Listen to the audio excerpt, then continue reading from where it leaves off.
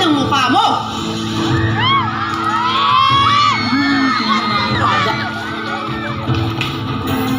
Ikaw yung nagtagsahan, di ba? Di ba? Kaya sigurado ko, ikaw rin yung gumagawa ng paraan para makalapit ka sa asawa mo. Gusto mo talaga ng gulo? Sige! Bibigay ko sa'yo! Gusto mo ng gulo? Wow! Wow! Empty words, Monica! Pwede ba? Ha? Hindi ako makikipagsindakan sa'yo, kaya kung pwede lang bumalik ka na sa boring mong bahay. Baka hindi mo alam, ha? Boring ka, boring ka, boring ka. Kaya nga si Adrian naghanap ng excitement sa iba.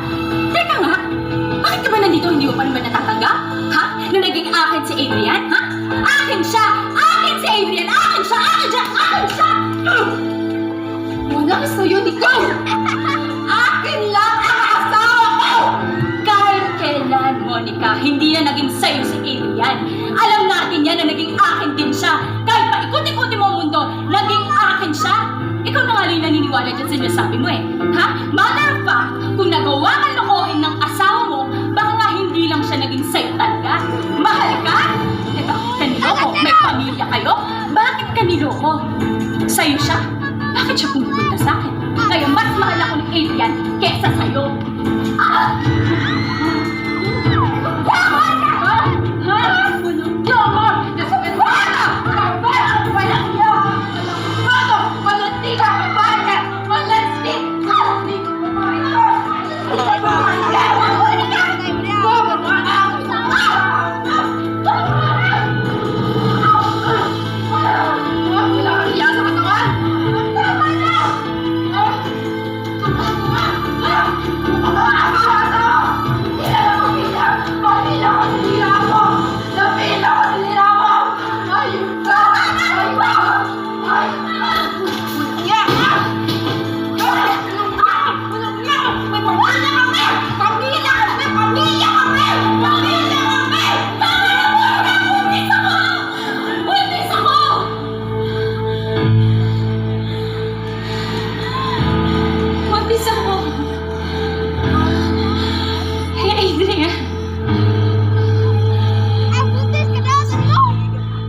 Ikaw sa tulong, Itlog!